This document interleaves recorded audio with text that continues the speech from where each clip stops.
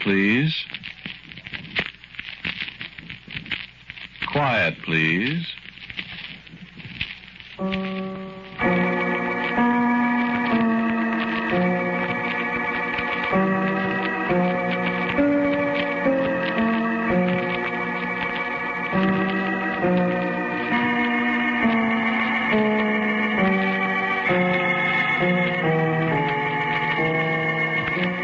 The American Broadcasting Company presents Quiet, Please, which is written and directed by Willis Cooper, and which features Ernest Chappell.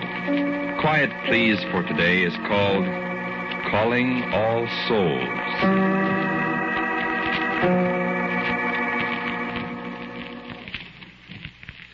I tell you what happened last Halloween, or All Souls, or All Hallows, or whatever you call it in your part of the country. I bet you can't guess where I was. Well, I was a couple of places. But where I started, I was sitting in a tight little room in a great big house. You ever been west? Well, you know when you cross the Mississippi River on the Santa Fe from Illinois to Iowa, about 4 or 5 hours out of Chicago, Fort Madison, Iowa? Ever notice that great big place right alongside the riverbank to your right? The big high walls and the towers and the big gates? That's right, the Iowa State Prison. That's where I was last Halloween. In a little cell. Oh, very comfortable. All by myself. Waiting. And not much more time to wait. Sure. The death cell.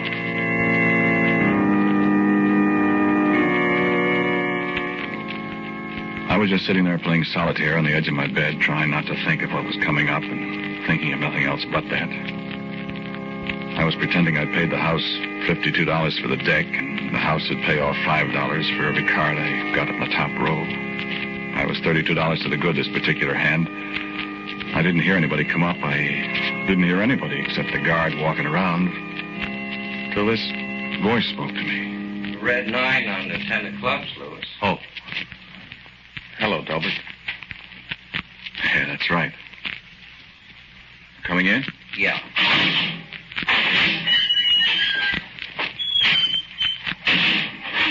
How are you? I'm all right. So far. How are you? All right. Sit down. Yeah. No soap, huh? Turn this down. That's right. What'd he say?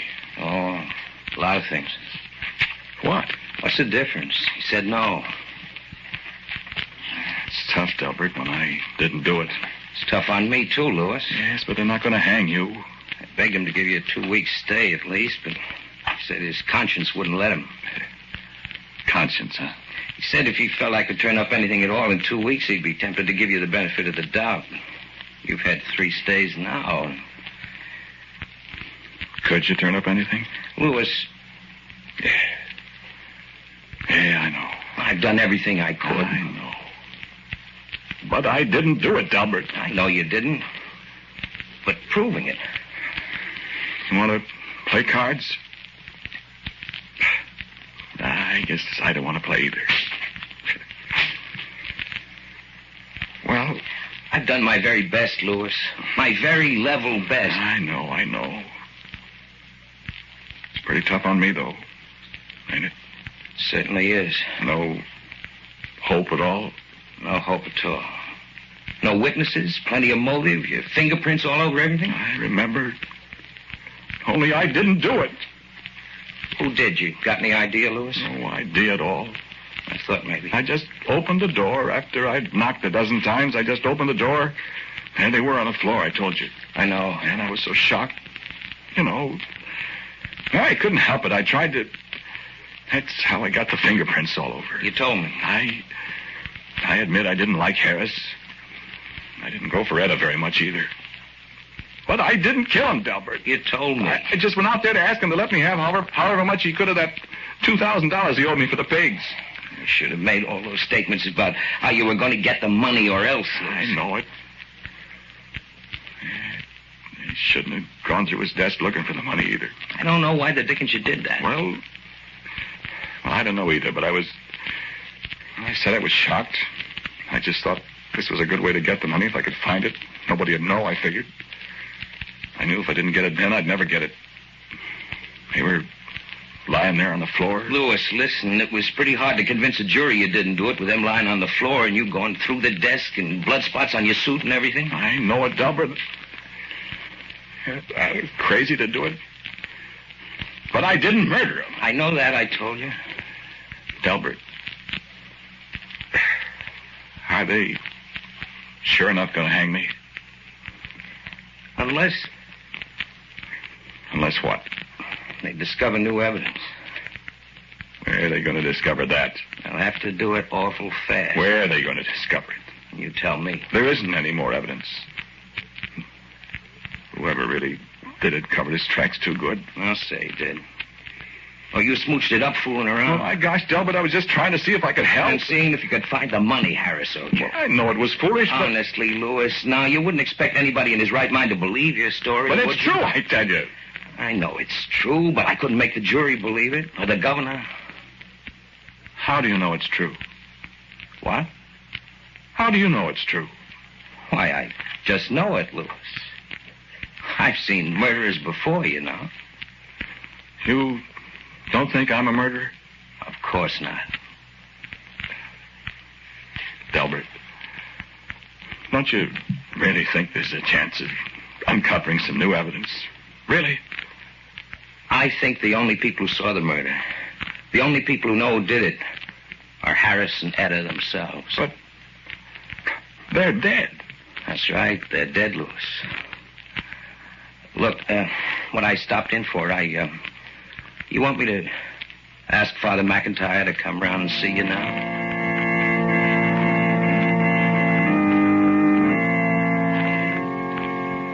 13 steps up with your hands fastened behind you. 13 steps. Stop and turn around. The man says, stand here. Look down the 13 steps at the reporters, the doctor with a stethoscope hanging around his neck. Feel a man tying your feet together. Feel the floor give a little underfoot. See how the man stays away from the little trapdoor, reaching out to make the rope tight around your ankles. Listen. Father McIntyre's voice in your ear. A little rustling behind you and the black hood over your head, and you can't see anymore. But you can feel the rope as it brushes against your neck, a little hairy and creepy crawly on your skin. The weight of the knot, 9 turns on your shoulder. The floor gives a little underfoot. No, I can't. I can't. I thought I didn't do it. I tell you, I didn't do it. All I could think of was what my lawyer said, what Delbert said before he got up and opened the door and went away. The only people who saw the murder, the only people who know who did it, are Harris and Etta themselves. And Harris and Etta knew I didn't do it. Maybe they didn't know who it was that did it, but they did know that I didn't do it. Maybe they didn't. And maybe they did. Maybe they did know. Maybe they could tell me. Maybe they could discover some new evidence, the way Delbert put it. Maybe they could tell me where to go, who to look for, what I'd find. I could tell it all to Delbert. He could go tell the governor, and I'd get a stay. Maybe the evidence would be good enough so they'd let me go. Maybe they wouldn't hang. But Harris is dead. And Etta's dead. I saw them dead on the floor of their house when I went. And they accused me of murdering them. They found me guilty.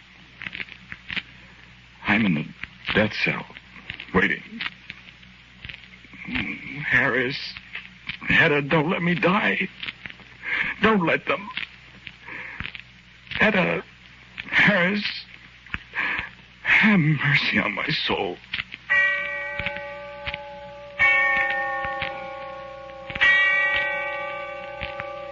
And when I heard the bell tolling somewhere in the distance, I remembered. I I remembered what night this was. This was All Souls' night. This was the night when the souls of the weary dead walked the earth again. I remembered when graveyards yawn and tombs give up their dead. And the sound of the bell tolling away in the darkness of early evening. Calling all souls. Calling all souls.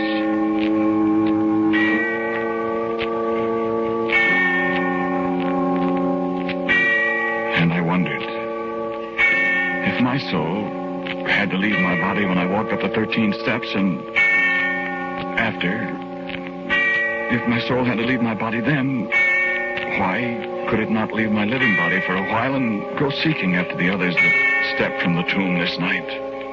The souls of the weary dead, the souls of the unhappy dead, the murdered, the kindly souls that knew.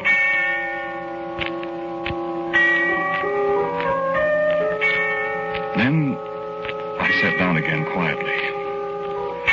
The fit of deadly terror was gone for a moment. I was exhausted and weak. I closed my eyes and the sound of the distant bell faded out as I thought. Why can't it be possible, I thought. All these things are not mere superstition. There's some foundation in every belief, I thought. I can't die. I'm innocent, I thought. And only those two know the truth. Calling all souls, I repeated again to myself. Calling all souls. And I stood up.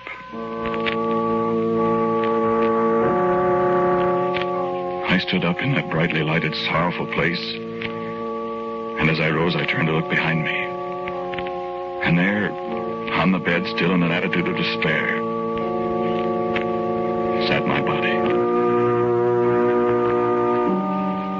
And in a flash of darkness, the place faded away, the stone walls and the iron bars and the bare, narrow bed, the man in prison uniform seated motionless on its edge. And I stood alone in the darkness of a place I knew. Tall marble shafts gleaming faintly in the starlight. Curving gravel roadways hedge-bordered. And the scent of moldering flowers in the darkness. A dry rustle of a weather-beaten flag at the head of a low mound beside me. And loneliness. All aloneness pressing inward upon me like a living thing. The eve of All Souls. And suddenly, quietly in the cold shadows, little whispers of innumerable voices. The voices of the wandering souls that hastened past me, seeking their dusty desires across the face of the world they once all knew. And then a voice, speaking to me in the dark, speaking my name in the darkness, calling me. Louis! And another voice. Louis! And I knew I had won, for these were the voices of the two they said I murdered. Why, of course you didn't, Louis. Of course you didn't. And a little child, a little boy, ran up in the darkness and took my hand and laughed to hear my name. Do you remember little Tommy, our little boy that died when he was 6? And I remembered. And in the darkness I saw many another I'd all but forgotten. Charlie Cullum, that was killed at Romaine in the Argonne 30 years ago. Albert Newhouse, my Boy Scout comrade that drowned so many years ago. Grace Williams, who died at her husband's hand. Crowds and crowds of the ones who had gone before, spending this, their brief holiday on their well-loved earth. And I, the only living soul among them, spending my brief moment with them to seek my life from them. On All Souls' Eve a year ago. And I said, help me. And Etta answered me.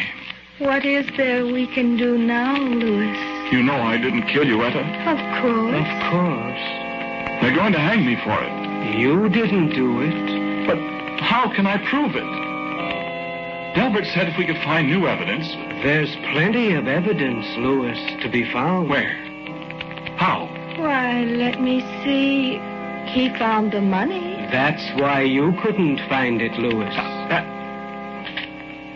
But if he found the money, it must be gone by now. No, he has some of it left. But what good does that do? Why, there's a list of the numbers of the bills somewhere. They looked for it. They couldn't find it. Have them look in the bedroom, Louis, behind the third drawer in my chest of drawers. I know where it is. It fell down there. Oh, that's wonderful. But what good will it do now? Unless you tell me. There's plenty of evidence, Louis, if you'll just look for it.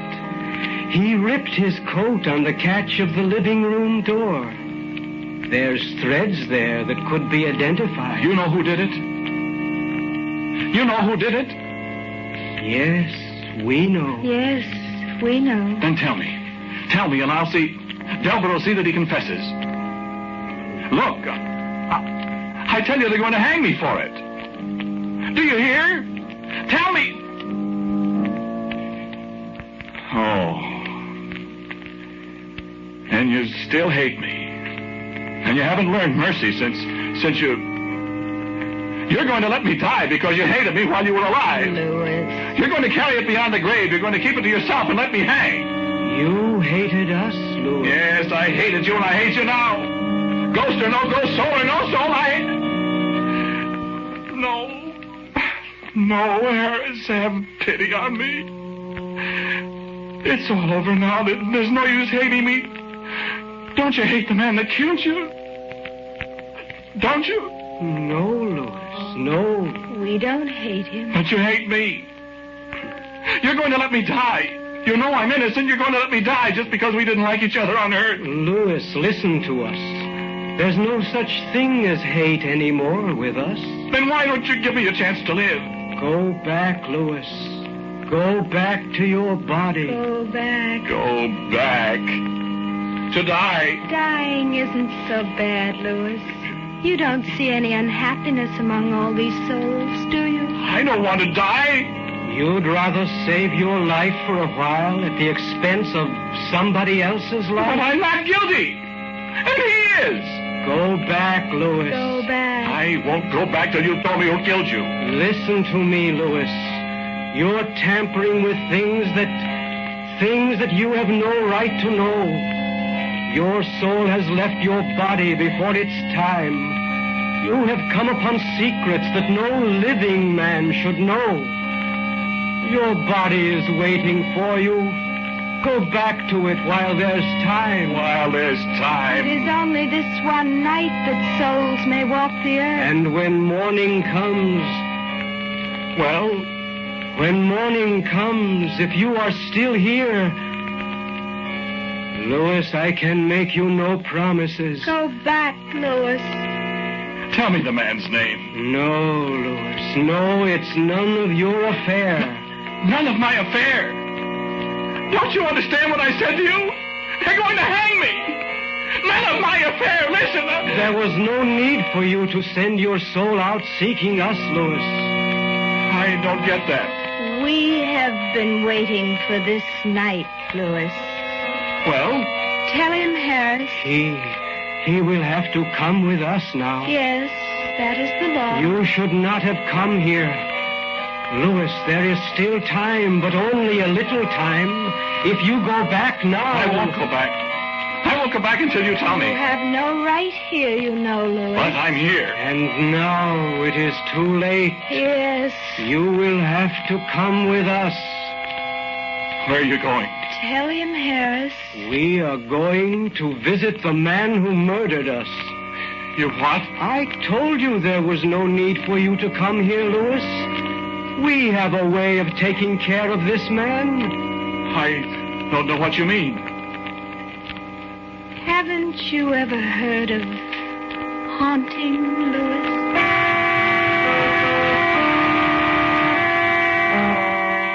Come with us now, Louis. No. You must come. You're really going to haunt him? And make him confess? We are going to appear to him, Louis. What he will do, we cannot say. But when he sees us... Well, then I'm going back to the prison. No. I'll go back and I'll call the warden. I'll get Delbert. Tell him that there'll be a confession. Delbert will get me a stay of execution. Then when he confesses, I'll be... Who is it, Harris? Come with us and you will see. No, I'm going back to the prison. I told you, get things all set up. No, you changed your mind too late, Louis. Too late? Why? No, Louis. You have meddled too much. You have gone too far. The souls of the living have no place here. But you have come. We told you to go back while there was time, Louis. Yes, but... Now you must come with us. No. No, I want to go back. Come, Louis.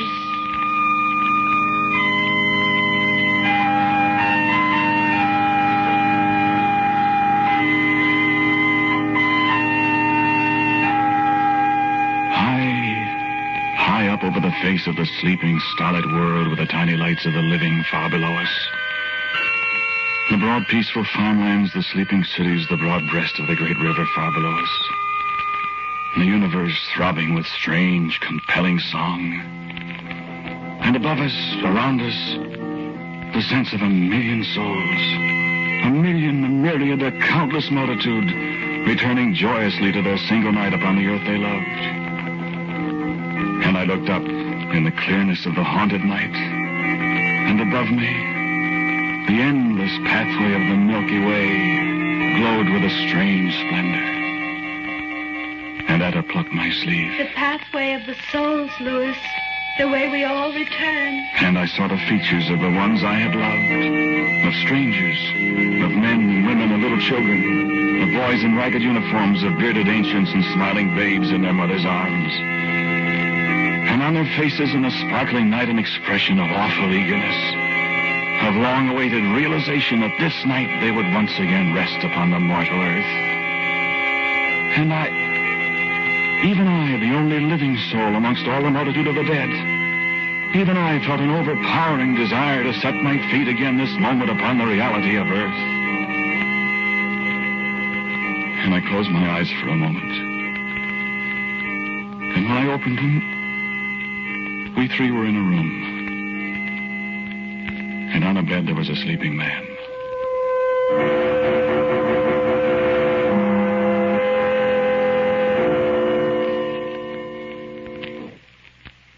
Where are we?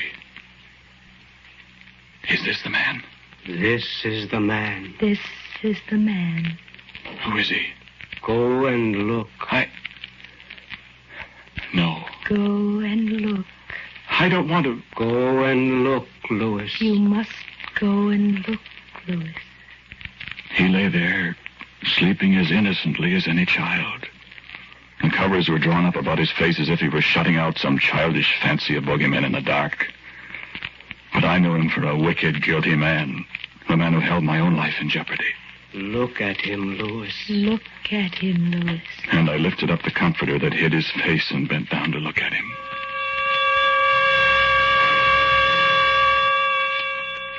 Delbert. Delbert. My friend. The man who had defended me in the courtroom and lost. The man who had gone to the governor. Or had he gone? To plead for my life. Delbert. The man who told me, of course I know you didn't do it. Of course he knew. He alone of mortal men knew the murderer. For the defender of the accused man was the murderer himself. Wake him, Louis. No. Wake him. Delbert. Delbert. Delbert, wake up.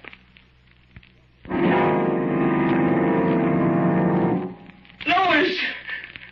Louis, what are you doing here? He came with us, Delbert. Harris! Harris and Etta, Delbert. No! Now go away! You're ghosts! We are human souls, Delbert. Come to hear your testimony. No! No, I won't tell you anything! You murdered them, didn't you, Delbert? No! You murdered us, Delbert. No, I... Confess, Delbert. I didn't do it. You did do it. You, Louis. You can't be here. Confess. Well, Confess. Louis must hear you, Delbert. Louis! Louis, I did do it. I killed him, Louis. I murdered him. I knew I could throw the blame on you. I knew I could get you convicted and I could save myself. I hated them too, Louis. Oh, Louis. Louis, forgive me. Louis, forgive me. Me forgive you, Delbert? Ask Harris and Etta to forgive you. Harris. Etta. We have already forgiven you, Delbert. But you have done a great wrong to Louis. You will be punished, Delbert. I'll confess. I'll fall to prison. I'm going back to my body now in the prison. Louis. Thank you. Forgive me. Thank you, Harris. Etta. Louis. I'm going back. Oh, Harris, you... Wait, Louis. What? Louis. Be quiet, murderer. What, Harris? You can't go back, Louis. I can't go back. Why, what have I... What? You must stay. Louis. Stay? Stay? Why must I stay? My body's back there in the prison waiting for me. I've got to go back and live. No, Louis. Why? Tell me why. Everything's all... What's the matter? You tell him, Delbert. Louis. Well? Louis. They hanged you half an hour ago.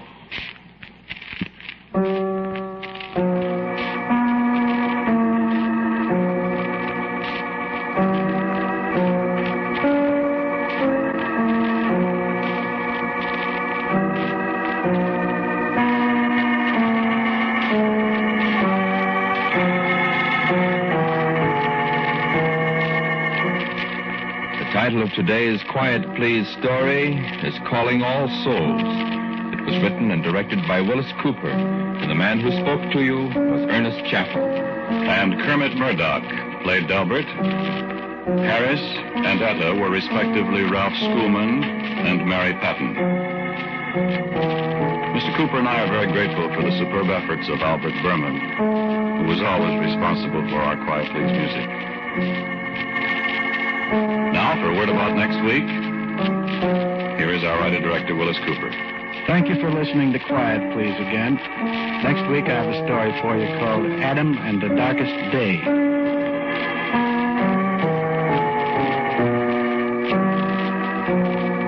And so, until next week at the same time, I'm quietly yours, Ernest Chappell.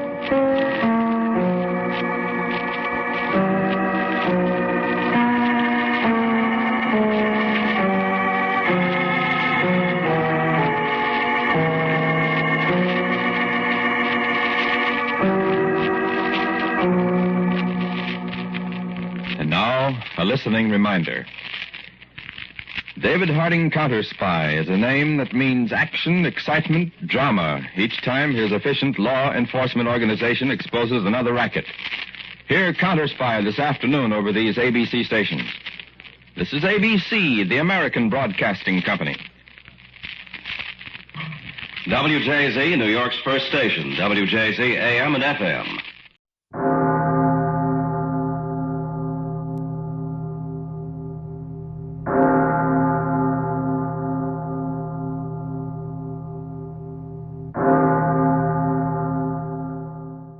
This week, guest quacking on the Bah Ghoulie Show, Waddle the Duck. And here's Waddle. Hope you're enjoying today's radio program. When it's done, be sure to check out our channel over at Watchwaddle. Enjoy some tunes with a nice cold soda. Grab a Coke, cup or bottle. Don't forget to Watchwaddle. The Bah Ghoulie Show is brought to you by OTR Halloween Holidays.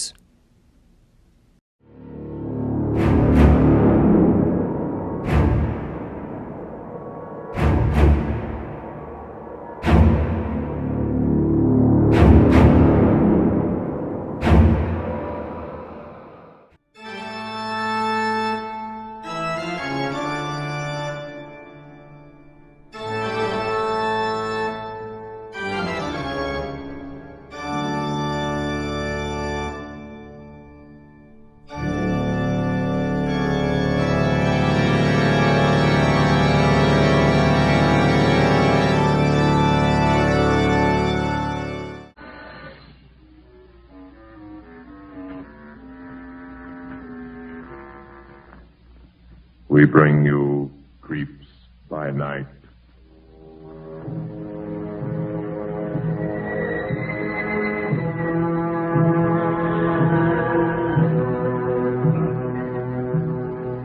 Tonight, once again, we introduce the man who has agreed to serve as your guide and companion on these sometimes terrifying pilgrimages into the world beyond the realm of human understanding. The man who, for reasons that cannot be presently explained, must keep his identity a secret. Creeps by Night brings you its anonymous master of mystery, Dr. X.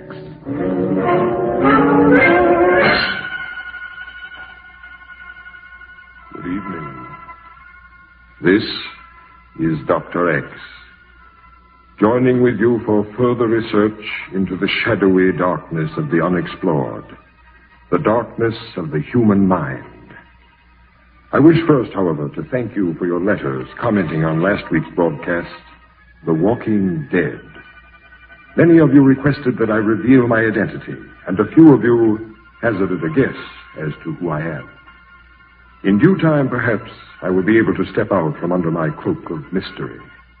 But for the present, I ask you to bear with me, since I shall have to be known only as Dr. X. Tonight I have a rare treat in store for you. Mr. Edmund Gwenn, the celebrated English actor, is our guest. The story I have chosen is drawn from the casebook of medical science and concerns itself with the often ghastly power of fear. Yes, we are all slaves to fear in one form or another.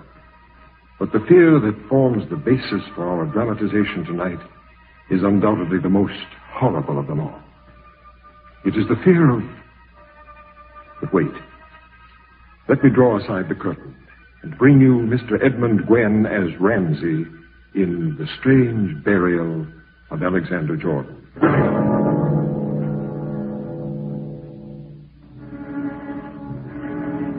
For more than a century, the old Jordan house has stood on a gentle slope, mistress of the surrounding 400 acres of birch woods and pasture lands. And now, inevitably, death seems near to the last of the strong men who have always owned it. Aged, irascible Alexander Jordan. In his faded, musty bedroom, the shades are drawn against the hot morning sun. And in the half-darkness, his pale, hollow cheeks blend into the color of the pillowcase. He stirs as the door opens and his doctor enters. That you, Rutledge? Yes? Come in and sit down. Close the door. What's the trouble, Alex? Had one of my cataleptic fits last night. A bad one. I'm going to die pretty soon, Rutledge. Suppose you let me do the guessing. Don't interrupt. I'm not afraid to die, mind you. I've never told anyone this, but my greatest fear is that it won't be death, and they'll bury me alive. Oh, I think we can be pretty sure if it comes to that. Don't be so positive. 38 years ago, a young butcher who called himself a doctor pronounced me dead when I had a cataleptic fit. Near got me buried, too, if I hadn't come out of it on time. That was 38 years ago. Could happen again. Rutledge, I don't care if I sound like an old fool. All my life, that scared me. The idea of somebody mistaking one of those fits for death. The only nightmares I ever have, I wake up in a coffin. I put my hands up and I feel the lid there. Sometimes it's wood, sometimes it's cold glass, but there's no room to turn around. I put my hands down and I can feel the silk lining. They have me dressed in a swallowtail. They have a stiff collar on me. I reach up to tear it away. I can't breathe. I have to have air. Panic grips me. I try to shout, but no one can hear me. I beat on the coffin lid with my fists. I try to break the glass, but I can't do it. I haven't enough room. And pretty soon I know that I'm dying. Really dying. In the cold horror of the grave. Because somebody mistook one of my cataleptic fits for death. I don't want that to happen, Rutledge. And that's why I called you. Oh, you're just getting worked up over nothing, Alex. Listen to me. When the day comes and my nephew, Ramsey, or his wife, Martha, calls you, I want nobody but you to come, Rutledge. I don't want any other doctor to pronounce me dead. Is that clear? Don't worry. I want you to go over me very carefully. If you're absolutely satisfied that I'm dead, you can go ahead with the funeral. But I don't want my body embalmed. I don't want anything done to me except to put me in a coffin. I'm getting a lawyer here to write all this down this afternoon, Rutledge. But I wanted you to hear it, too. I want my coffin put in the vault down by the birch woods. That's why I built the vault right on this property, so that nobody would ever bury me underground. All right. It'll be done just as you say. Now, wait a minute. I'm finished. This is the most important part. I want a large brass bell placed on the wall over the bed where Ramsey and Martha sleep. I want wires connected from that bell to the vault. Electric wires. What for? I want a push button attached to the ends of those wires, and I want the button placed in my hands as I lie in the coffin, so that in case I'm not dead, in case I awaken, I can ring the bell and let them know. Well, I must say, Alex... I don't care what you say. I don't care what anyone says. That's the way I want it.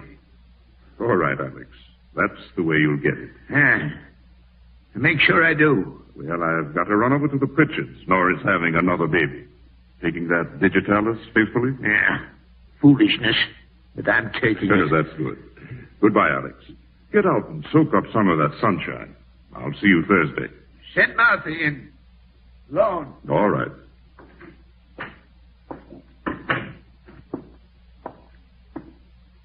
Just a minute there. Dr. Rutledge? Oh. Hello, Ramsey. I'd like to know why you came this morning, Doctor. I came because I was sent for. Why doesn't somebody tell me when the doctor's been sent for? Is my uncle all right? He's not dead. That's what you want to know. Not quite yet. See that he keeps on taking that prescription I left. He wants to see your wife. Alone. Martha? You heard me. Goodbye, Ramsey. I know the way out without your help. Goodbye, Dr. Rutledge.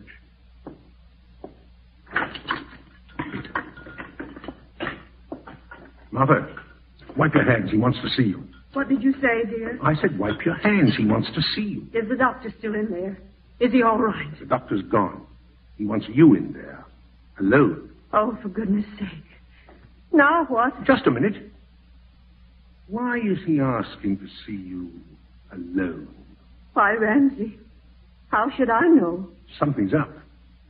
Rutledge was in there a long time. Why wasn't I told he was sent for? Why, well, you were in the fields this morning when he asked me to call the doctor. Next time you tell me when he sends for people. And listen, when you get in there, watch what you say. Why, Ramsey, I don't know what you mean. You know very well what I mean. Just listen. And don't babble. He mightn't like my ideas about what to do with this place after he's dead. Go on in there now.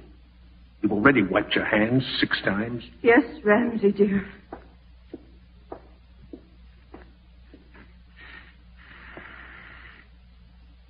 You want me, Uncle Alex? Yes, come in and shut the door, Martha. Yes, Uncle Alex. Was the coffee all right this morning? Yes, fine. Where's Ramsey? He's in the kitchen. Sit down, Martha. Yes, Uncle Alex. I want to talk to you, Martha. Lawyer Gaines will be here sometime this afternoon to fix up my will. Oh, Uncle Alex. Got a feeling my time is drawing near, Martha. And I just want to make sure that worthless nephew of mine doesn't get his hands on the Jordan place. Whatever made you marry him, Martha? Never mind. None of my business. But I could have told you he was no good. Never has been. I wouldn't trust him with the farm. He'd sell it before my body turned cold. But I trust you, Martha. Thank you, Uncle Alex. Yes, I've thought it all over. I'm going to leave the place to you. At least you'll have a roof over your head and some land you can call your own. You like it here, don't you? Oh, yes, I do.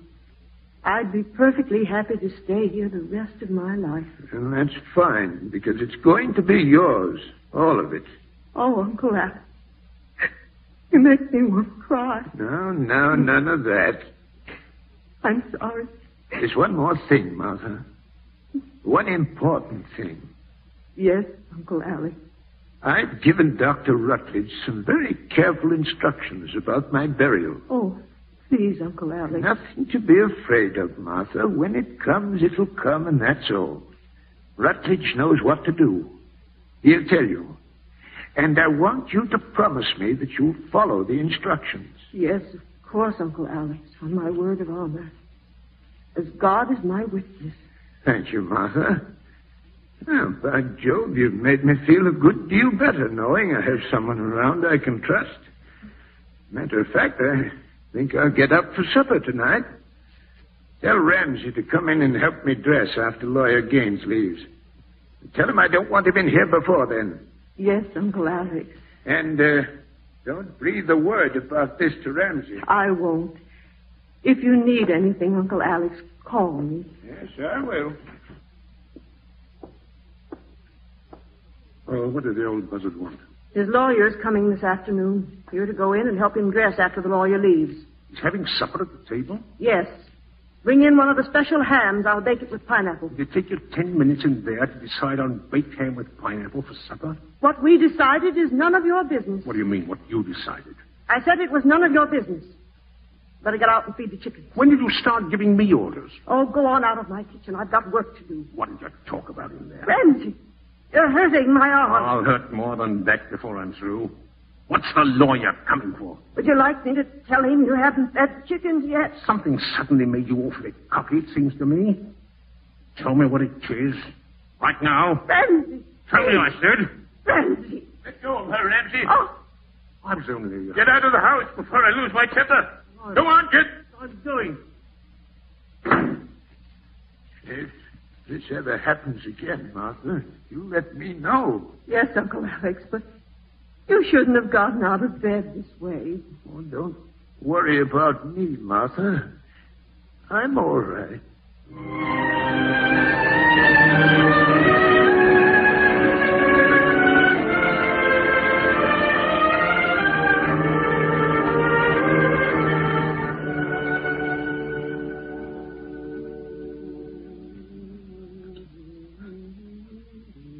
Bacon and eggs for his breakfast.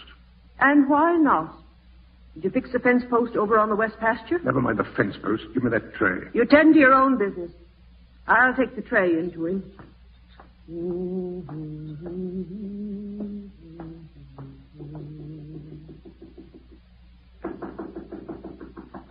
Your breakfast, Uncle Alex? That's funny. Uncle Alex? Uncle Alex? Oh, my Lord. Ramsey! Oh, Dr. Rutledge! Ramsey!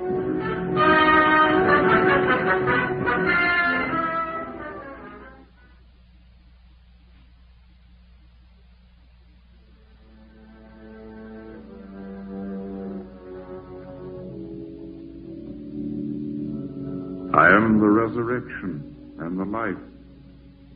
He that believeth in me, though he were dead, yet shall he have everlasting life. And whosoever liveth and believeth in me shall never die.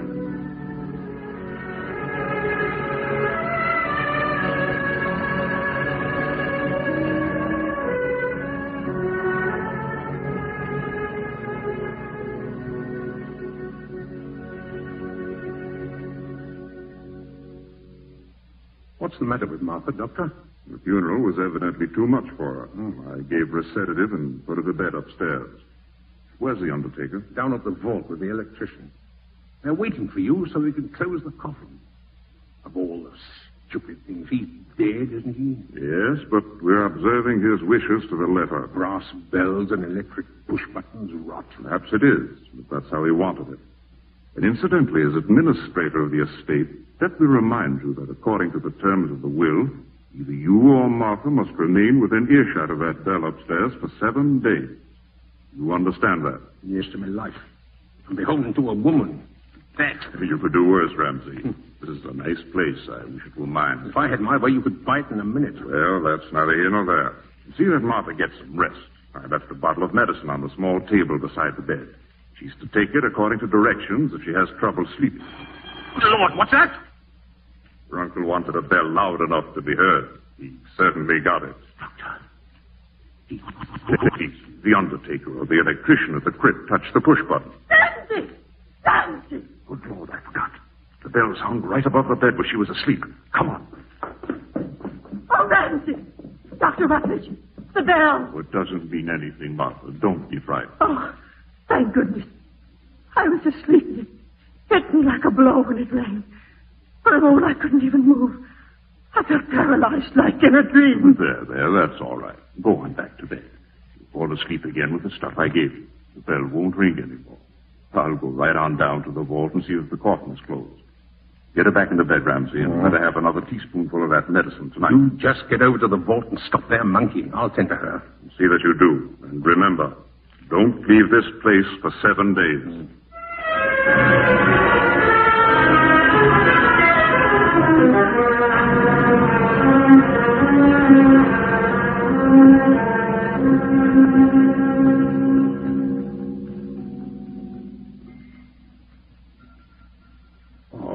What's the use? Is it morning, Ramsey? No. Can't you go to sleep? No.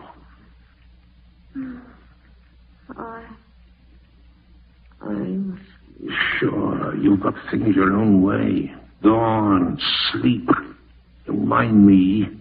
I'm just a hired man around here, just a hired man.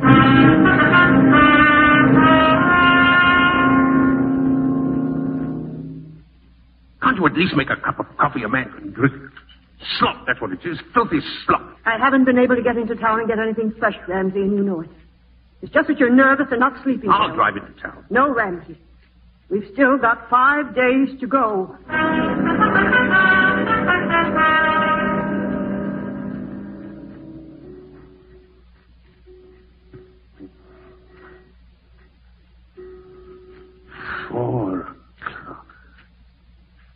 Why can't I sleep? Why?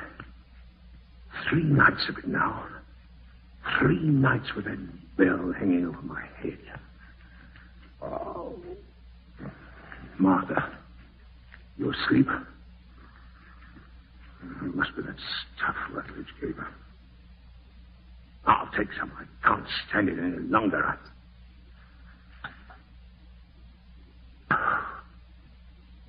Now, maybe I'll sleep.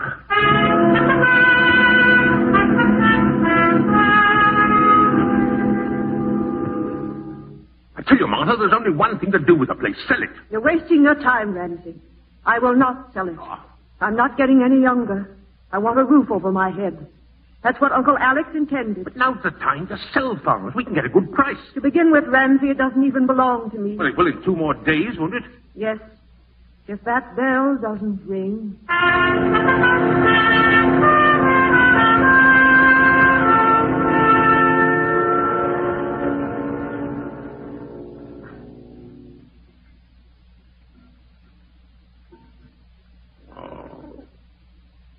I've got to sleep tonight. It's the last night.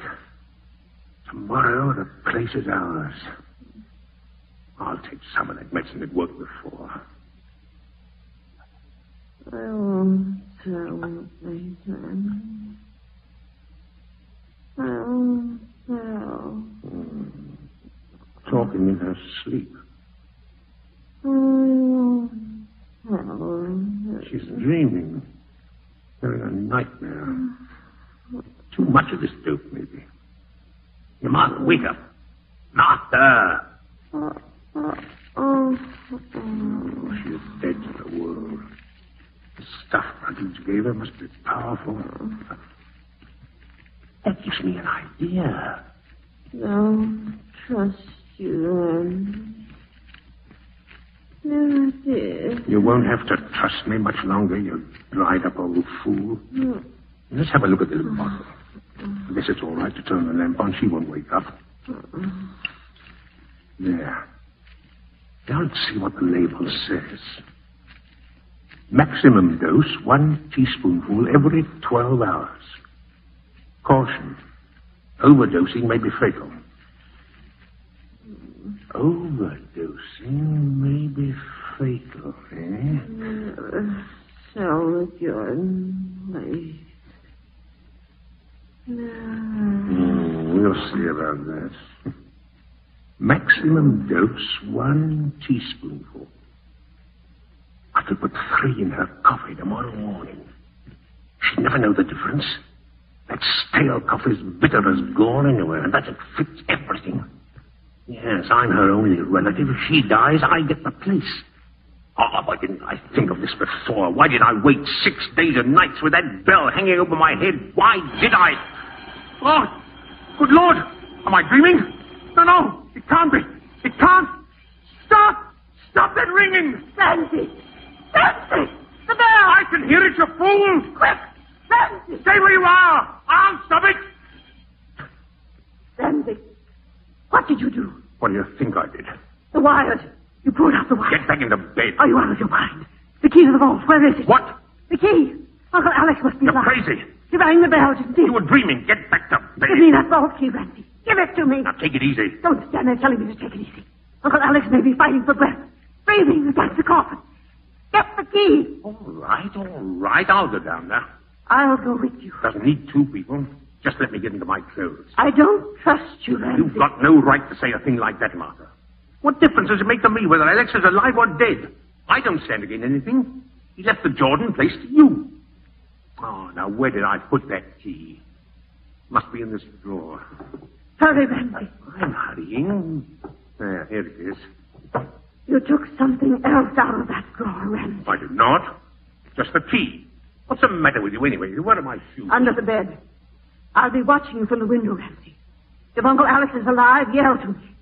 And I'll phone Dr. Rutledge.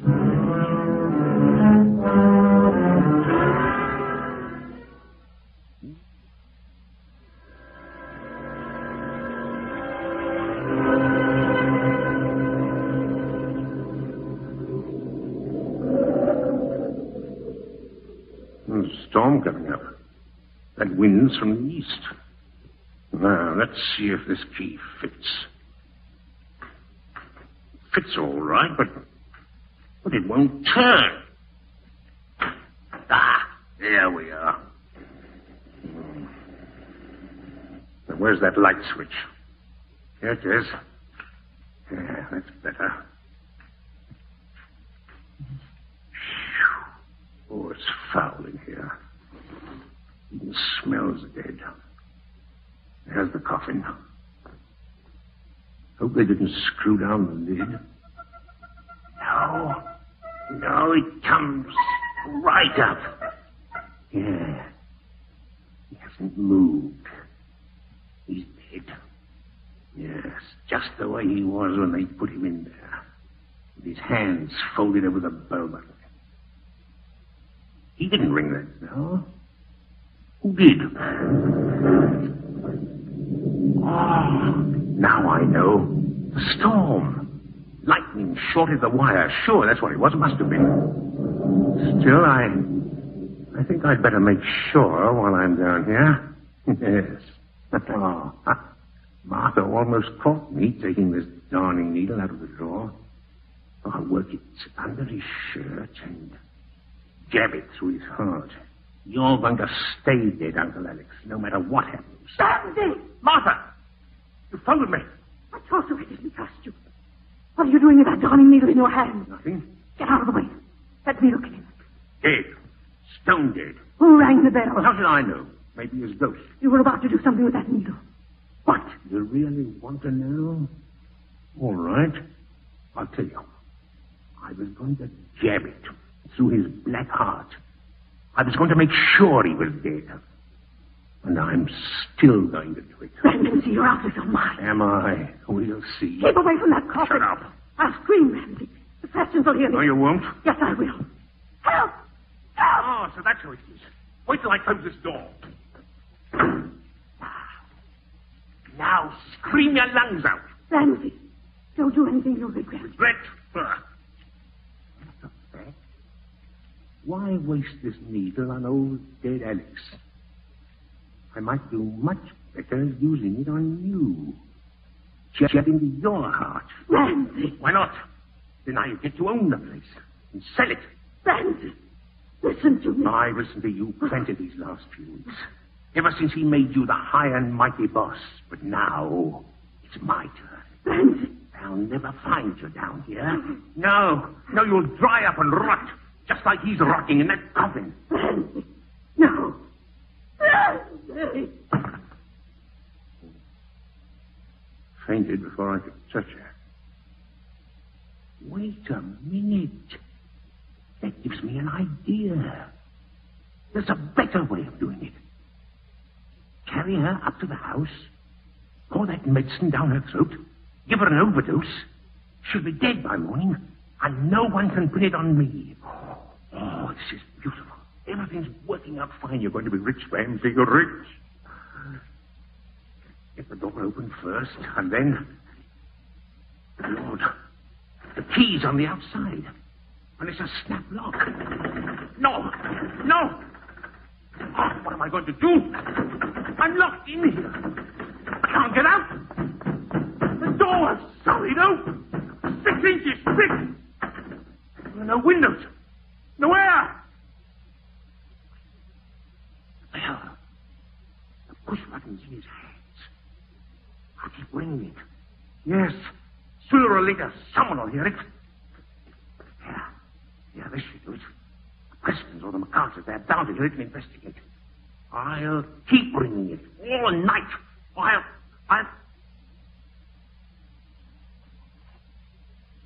Oh, no, wires in the bedroom. I ripped them out. The bell won't ring. Oh, God! I'm trapped! I'm trapped in here! I'm trapped!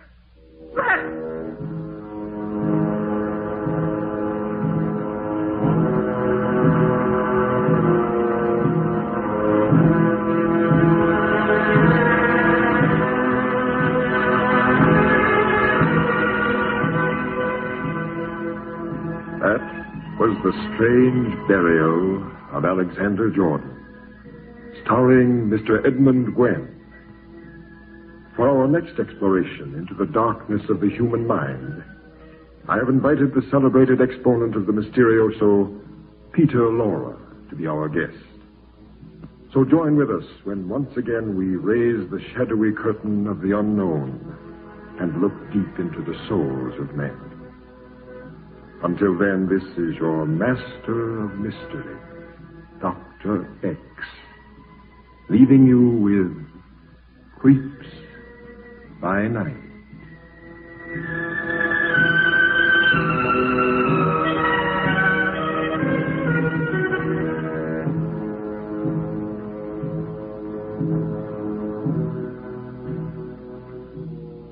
Creeps by Night is produced by Robert Maxwell.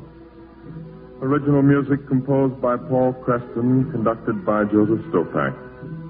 Supporting Mr. Gwen in tonight's presentation were Everett Sloan as Alexander Jordan, Abby Lewis as Martha, Gregory Morton as Dr. Rutledge, and Dr. X as himself.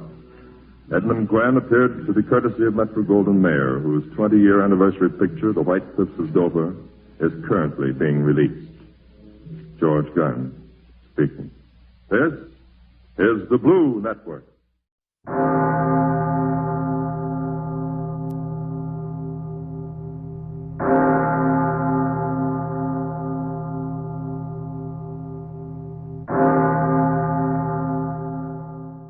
When coldest weather's getting down, just call on Watchwaddle. Relief in practice all around, so call on Watchwaddle. Famous now for years and years. Forget those C's and sniffle fears. When cold and sad is getting down, just call Quinine. Inimitably effective. Come on, all you boys and girls. Hurry to become good luck mascots for a real Army pilot. Yep. We invite this whole gang shebang to be mascots for a fighting and flying pilot of a North American B-25 bomber. A real bomber, mind you, not any make-believe. As mascot, you get to have your name and good luck message go to war with the daring pilot of a B-25 as he flies to blast the Japs and Nazis. Oh, boy. Think of your name right there in the crew compartment when your battle bird drops his bombs. That makes you his good luck mascot. Whee! What a thrill for you. We make this wonderful offer to help sell more war stamps, and that means more bombs for Uncle Sam's brave air fighters. And so the world will know that you are an Army pilot's good luck mascot. You can also get these two important gifts. First, a big, beautiful color picture of the North American B-25 bomber high in the clouds flying full clip over dangerous mountain country. This breathtaking picture has your personal shield of honor certifying that your name and good luck message have gone to war in a B-25. And we also send you a handsome button, a big bonanza to wear on your coat lapel, proudly showing that you are a pilot's good luck mascot. The button goes to boys and girls alike, and it sure is easy to get in on this exciting offer. Even a first grader can join up. This remarkable offer, the first and only one of its kind, is made to help the sale of war stamps, and also to get you acquainted with Quaker Puffed Rice Sparkies and Quaker Puffed Wheat Sparkies, those delicious, nutritious breakfast cereals shot from guns.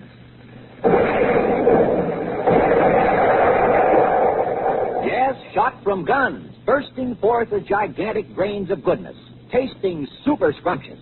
Now, it's easy as falling off a log to become a pilot's good luck mascot and also get your two swell elegant gifts.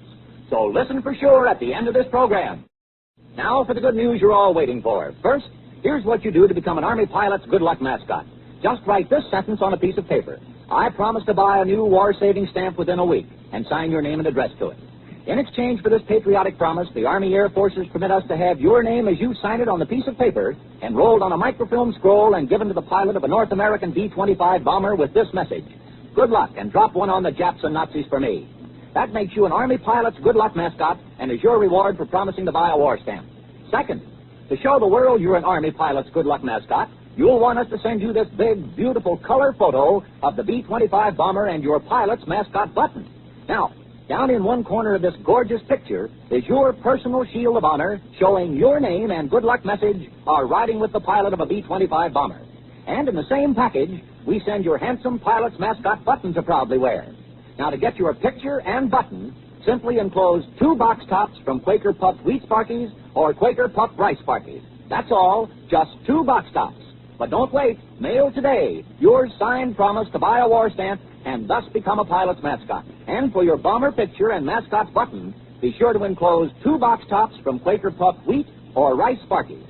Mail your letter to Terry and the Pirates, Box Q, Chicago.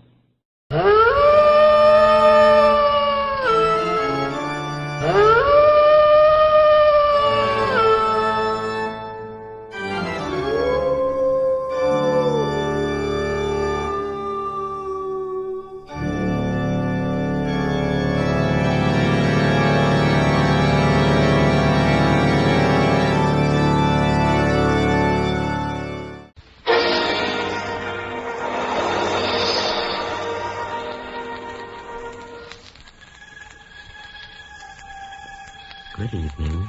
This is Peter Lorre. Hey, did you ever have a nightmare? Did you ever go through a horrible experience that seemed very real? Yes, sometimes reality and unreality seems one, and you're not so sure anymore, like the fellow tonight in a mystery playhouse.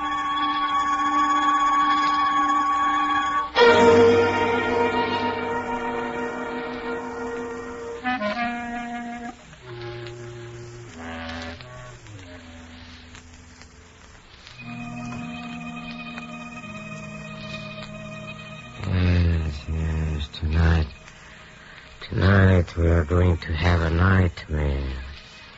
That is, we are going to hear about somebody else, which is almost as bad. This gentleman had a particularly realistic one. In fact, he didn't know for the life of him whether or not it really happened. But you listen for yourself to the unfolding of William Irish's strange and intriguing story of a man who dreamed he committed murder and woke up to the fact that maybe he actually had. Listen to Nightmare.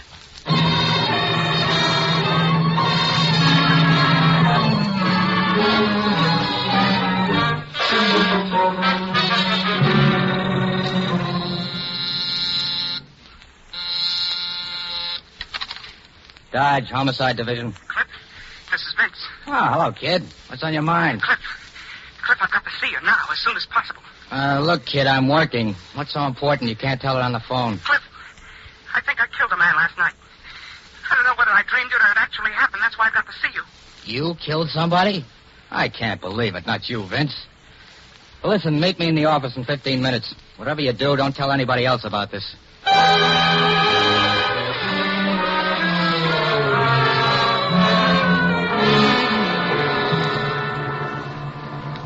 Go ahead, Vince. Tell me some more about this dream of yours. Well, after that, Cliff, all I remember is the white face. The face of a woman. Beautiful, but false somehow. You see, we were in a room with nothing but doors. 8 doors, frame to frame, with no wall space between. Well, I opened one of the doors, and suddenly someone rushed at me. We struggled, and he forced me to the floor. As we fought, he said to the woman, "Hand me that knife." Well, I raised my hand to defend myself, and suddenly I felt the handle of something. I realized the woman had put the knife into my hand by mistake. And then Then you stabbed him. Yeah. Then I stabbed him. Well, after that, the woman disappeared, and I felt I had to hide the body. So behind one of the 8 doors, there was a closet. I propped the body inside, and I locked the door. Then I went out of the house. That's horrible. I can't get it out of my mind. But what makes you think any of this actually happened? It's an unpleasant dream, sure, but it's not unusual. Lots of people dream they kill someone. But when you dream, do you wake up with big scratches on your wrist like this one? What are you asking me to believe? You got up in your sleep and you killed somebody? That scratch on your wrist proves nothing. I admit that, but then when I got out of bed this morning, I found this button. Now, wait a minute. You're not going to tell me that button came off in your hand while you were wrestling with that guy in the dream. That's the way it happened. That I refuse to believe. It came off your shirt. I could never afford pearl buttons. You know that. Not real pearl. Now, listen to me, Vince. I don't want to hear any more of this. If I weren't your brother-in-law, I'd lock you up and call a psychiatrist. How do you think all this makes me feel? Cliff, if it wasn't for the key, I could forget the whole thing. Key? What key? I suppose it's something else from your dream. Now, stop it, Vince. I don't want to hear any more. That's right. Go ahead. Get sore. But no matter how angry you get, it doesn't destroy the reality of this key. Look at it. You never see a key like this these days. It's fretted, it's full of scrollwork made of brass, old-fashioned, but nevertheless real. And in the dream, if it was a dream, that's the key I used to lock the body in the closet. What's there left to think? Only this. There's somewhere there's a door that this key belongs to. And behind that door, there's a dead man, and I don't know where. My Lord, I don't know where. Or who he is, nor how and why it happened. Now, look, kid. It's just one of those cockeyed dreams that happen to people, that's all. Well, if it'll make you feel any better, you can go in the teletype room and watch the reports, Vince. Every crime committed in this state is reported on those machines. Maybe you can identify yourself with some criminal and get this thing off your chest. I'll join you later.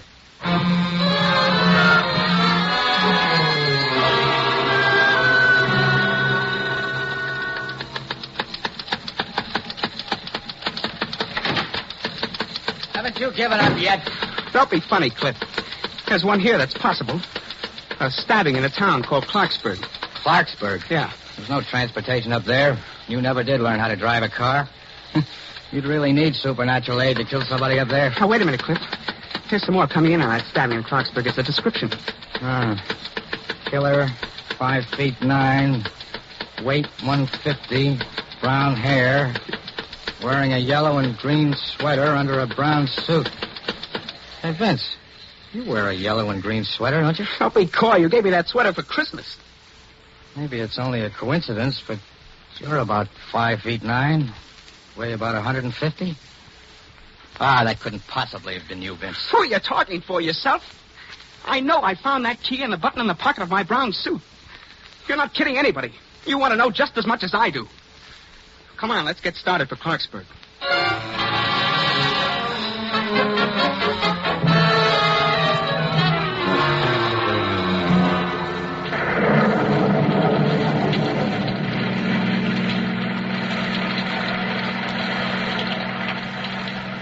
lousy rain. Must be a cloudburst. I can't see a thing. This windshield wiper's broken. Cliff, do you know where we are? We've been lost for the past 5 minutes. I don't even remember how we got on this road. Well, I'm going to roll down the window. Getting wet's better than crashing into something. Hey, Cliff. Yeah? Take the next road to the left. That'll get us to Clarksburg. How do you know it'll get us to Clarksburg? I thought you said you'd never been out this way before. Well, I don't know how I know. All of a sudden, everything looks familiar to me, as if I'd been over this same road before. I just know you've got to turn left at the next road.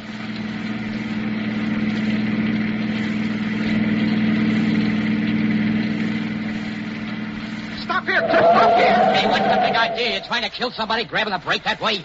That house, Cliff. There with the big porch. That's the house with the 8-room door. How do you know that's the house? Thought you said you'd never been out here before. I've never been here before in my life. Unless it happened in your dream, is that it? Well, I think this is all crazy. We'll soon know for sure. Come on. We're going in and see whether there's an 8-doored room or not.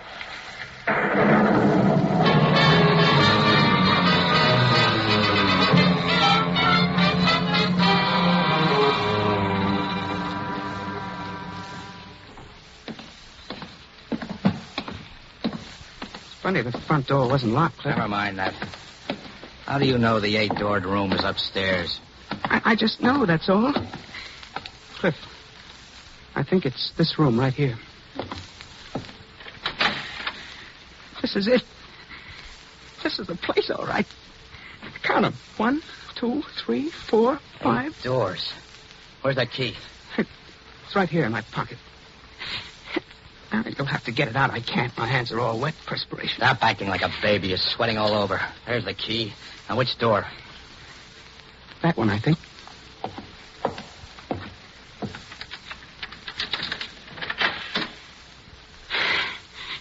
There's nothing there. Not now, there isn't. But there was something there. What? Look. There's blood on the wall. Oh, Lord. Now, do you believe me? Now do you understand that I wasn't joking when I told you about my dream? Sure, I believe you. I believe you dreamed you killed somebody and stuffed them in the closet there. I believe you never saw this place before. That you intuitively knew which road to take and which house to come to. What do you take me for, a dope? I wasn't lying to you, Cliff. Honest, I wasn't lying. You came to me for help, didn't you? But you didn't have guts enough to come clean to say, Cliff, I went out to a place last night and killed a guy for such and such a reason. No, you cook up a dream trying to take advantage of me because I'm married to your sister. No, Cliff. Abusing my gullibility because I like you. Making a fool out of me. Cliff, I wasn't lying to you. Everything happened just as I told you it did. How I happen to know this house was here, I don't remember. You've got to believe me. Shut up. Cliff. The dream's over now and baby's awake. You're going to start all over from scratch, you and me. I'm going to get the facts out of you. Please, Cliff, let go of my shoulder. You're hurting me. What were you doing here last night? I never was here before. I never saw it until I came here with Don't you. lie. Every time you lie, you're going to get something like this. Oh, please, Cliff, I'm half crazy already without you beating me. Who was the guy you did it to? What was his name? I tell you, I don't know. I don't know. Hey, you going to answer me, Vince? I can't. You're asking me things I can't answer. Who was the guy? Why did you kill him? I've handled close-mouthed guys before. You're going to tell me if I have to slap it out of you. Right in this spot where you killed somebody else. Cliff, please don't hit me again. What was that? It sounded like a door slam. Then there's somebody else in this house. Which door did we come in? I don't know. One of the 8. All right, you guys, I've got you covered. Back up against that door there. One false move and I'll drop you.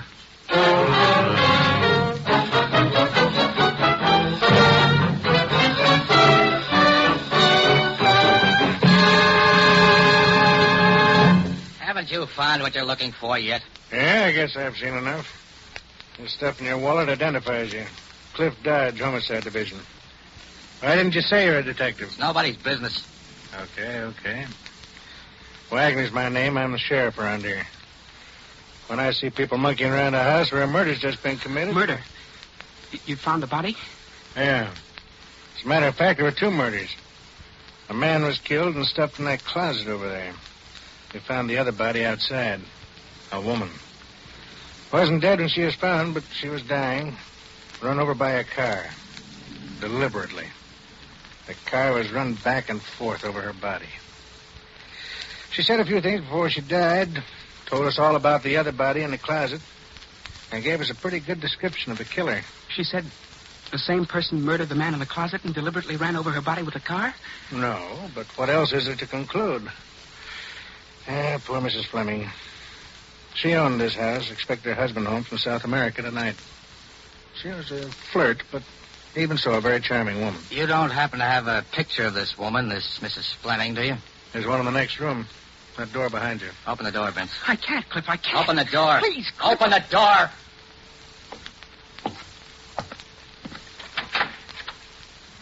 That's her, that big picture on the left. Pretty, wasn't she? Cliff, that's her. Well, now what's the matter with him? He's fainted. Can't stand the sight of people who've been murdered, even if it's only a picture. Give me a hand with him, will you? There.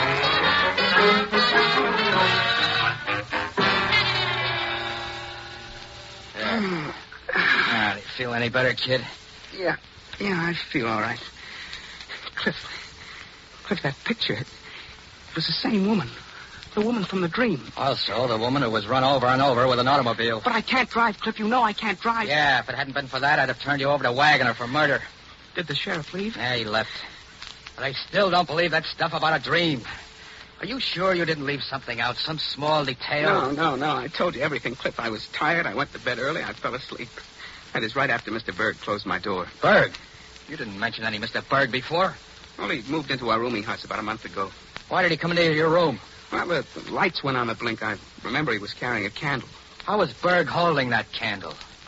Well, the flame was right in front of his eyes. I remember staring at it. I was very tired, Cliff. I don't remember everything. And Berg, he said you're very tired, didn't he? Yeah. Yeah, now that you mention it, he did say that. Good. Now, have you ever seen this picture? No. No, but the man looks familiar. Say, that looks like Berg. I never saw him so well dressed, but that's Berg, all right. I found this picture in this room. Here? In this room?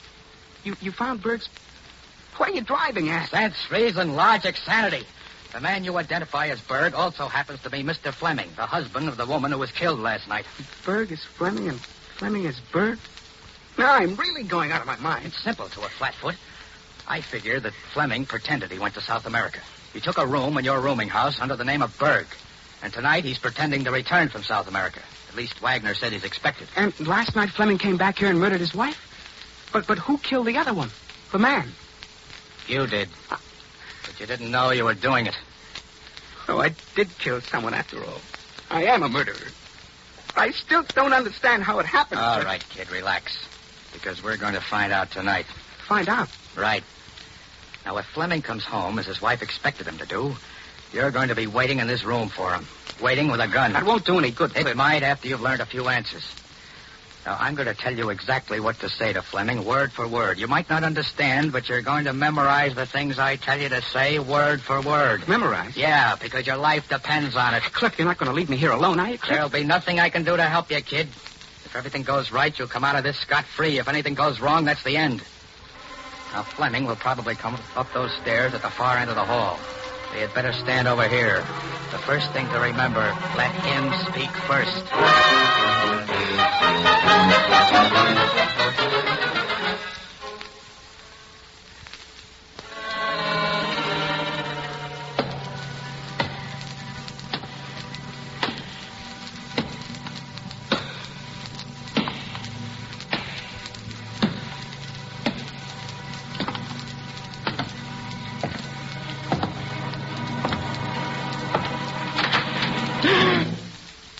How did you get here?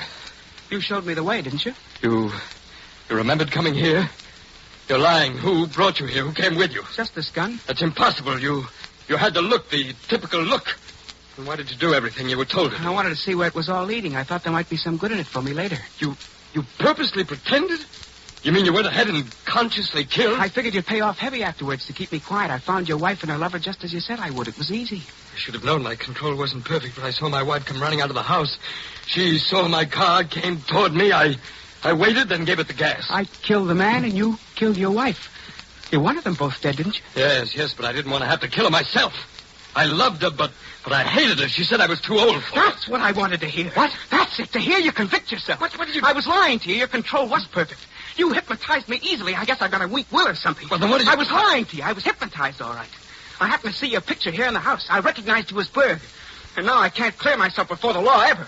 And you're going to pay for doing that to me now. Now, wait a minute. Don't do that. Don't shoot. Now, look. Here, I have a watch. See it? Solid gold inset with diamonds and rubies. It's worth $20,000. It's yours if you'll let me go. Stop dangling it that way. What are you trying to do? Now, listen to me. Give me another minute. A minute by the watch. Stay where you are. Now, don't move. You don't want to shoot, do you, my friend? You wouldn't want to smash this beautiful, lustrous watch? A golden, shining little timepiece? You can't take your eyes from it, can you? Please, don't. Take it away. Shining in my eyes. But you love it. You're fascinated by it, aren't you? And now you're tired. You're very tired. And that gun is much too heavy for you to hold. Just drop the gun to the floor, and it won't be so heavy anymore. Just drop the gun. Drop gun. My control is perfect. Here, take this notebook and this pencil. Take notebook, pencil. Right as I dictate. I am wanted for the murder of 2 people at the Fleming house. I wanted to murder 2 people at Fleming house. They are bound to get me, so I take this way out. They are bound to get me. Take way out. Sign your name. There. Now give me the notebook and the pencil. Now pick up your gun again. Hurry. That's it. Now put the barrel of the gun in your mouth. Put the barrel of the gun in your mouth. Good. Now pull the trigger. Pull the trigger.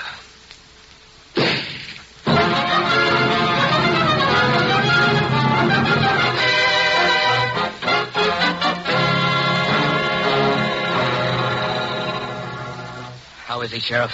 He's dead. We just made it in time. I didn't think he'd try anything like that. Vince. Vince, come out of it, boy. I'm all right. It's just that everything's hazy. Fleming really threw a trance on you. You were just going to blow your own head off when I plugged Fleming. Had to. Only way I could break the spell in time to save you. You shot Fleming? Cliff, did I do it all right? Did I do everything you told me to do all right? Perfect. I had a hunch it was hypnosis the minute you told me about the candle. But how was I going to prove it? Only by having you come up against Fleming. That's why I left you here. Wagner and I were in the basement with a dictaphone. We put a microphone in the ventilator. I didn't want to make you nervous. That's why I didn't tell you about it. Then I'm free? I won't be tried for murder? Not around here, you won't. I'm sheriff here. This crime is solved. Oh, thank heaven for that. I don't think I could go through a court trial. One nightmare in a lifetime is enough.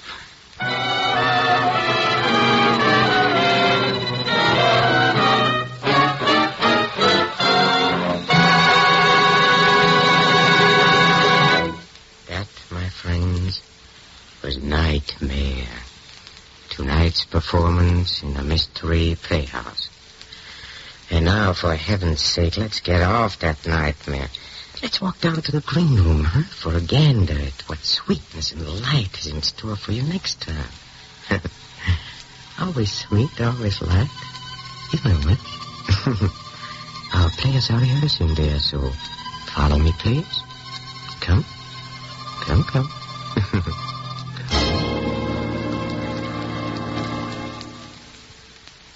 had been hard to convince Anne at first. Easy enough for me to say, we have to get rid of Ole. But Ole was Anna's brother. We talked it over on the cliff near the land.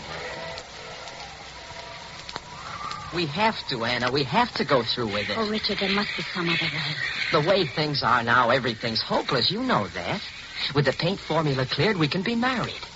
Richard, I love you so much. I'd do anything for us. But this is... Murder? Huh. You needn't look at it that way, darling. So far as you're concerned, Ole will just disappear. But suppose something goes wrong. Suppose you're convicted. Not a chance. You can't convict a man for murder until you find the body. And they'll never find Ole. We must, Anna, we must. Very well, Richard. When? When will you... The moment Ole finishes the formula. It's almost ready now. I'll have to do it that instant to make my alibi whole.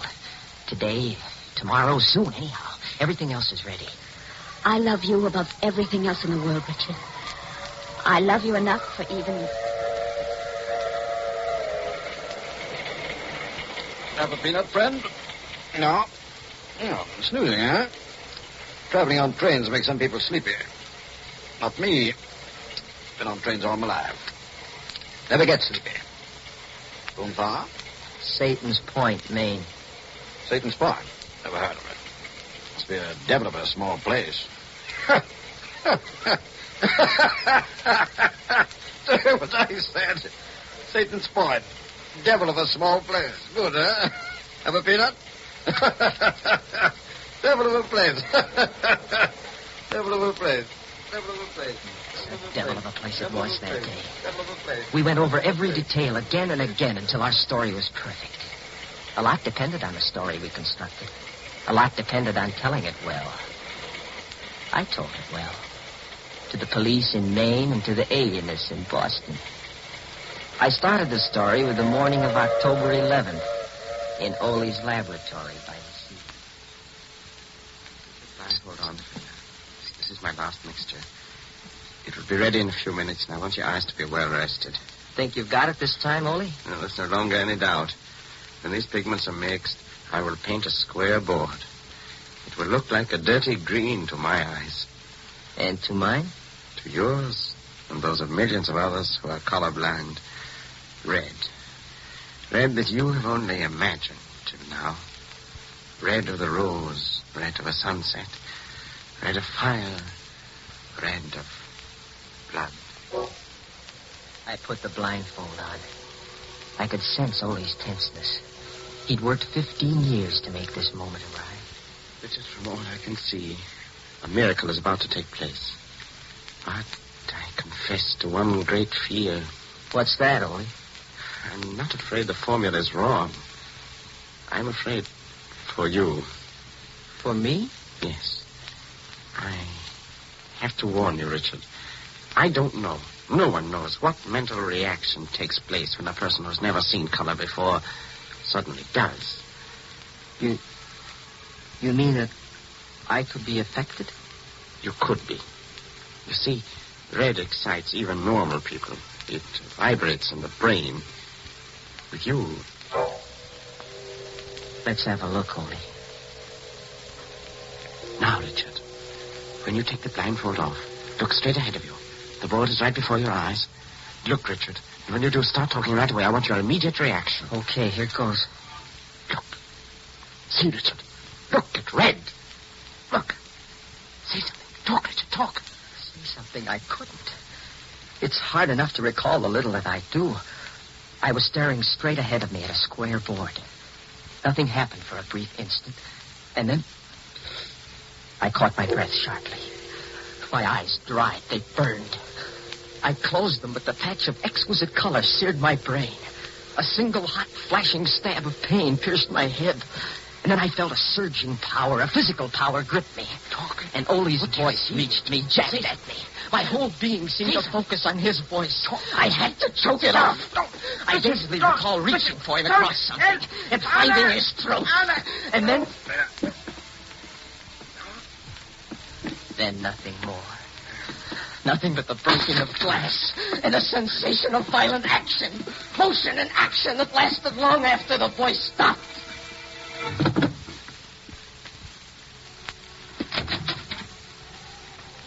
Then I felt cold air lashing at me. I was carrying something limp and heavy. There's a point of rock outside the house. It juts over the sea. I stood there for I don't know how long. The first clear thing I recall is identifying Anna's voice coming toward me. Richard! Richard! Your hands! Blood. Something died in me. I sank to the ground, moaning. And I'm afraid. I'm afraid. What do you suppose all this is, huh? Sounds like somebody got themselves murdered, doesn't it?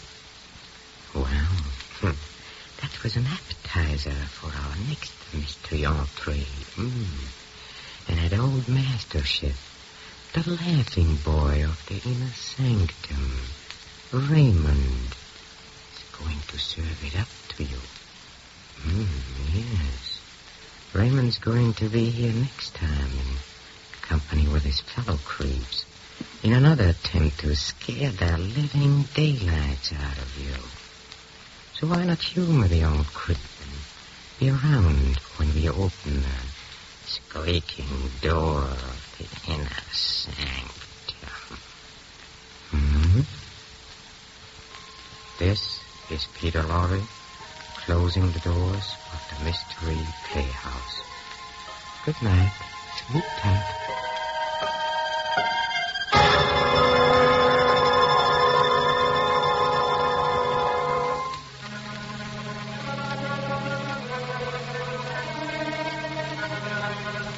This is the Armed Forces Radio Service.